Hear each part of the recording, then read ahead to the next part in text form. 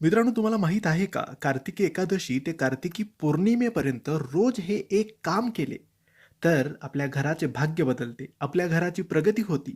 रोग, आजार, व्याधी घरापासून लांब राहतात. नोकरी असेल तर नोकरीत प्रगती होते, व्यापार असेल तर व्यापारात प्रगती होते. मित्रांनो, कार्तिकी एकादशी 2 नोव्हेंबर रविवारच्या दिवशी आहे आणि कार्तिकी पौर्णिमा 5 नोव्हेंबर बुधवारच्या दिवशी आहे. म्हणजे अगदी 4 दिवसांचा हा कालावधी तुम्हाला मिळणार आहे. तर हे 4 दिवस तुम्ही न चुकता रोज हे एक काम करायचं आहे. खास करून महिलांनी काम करायचं आहे.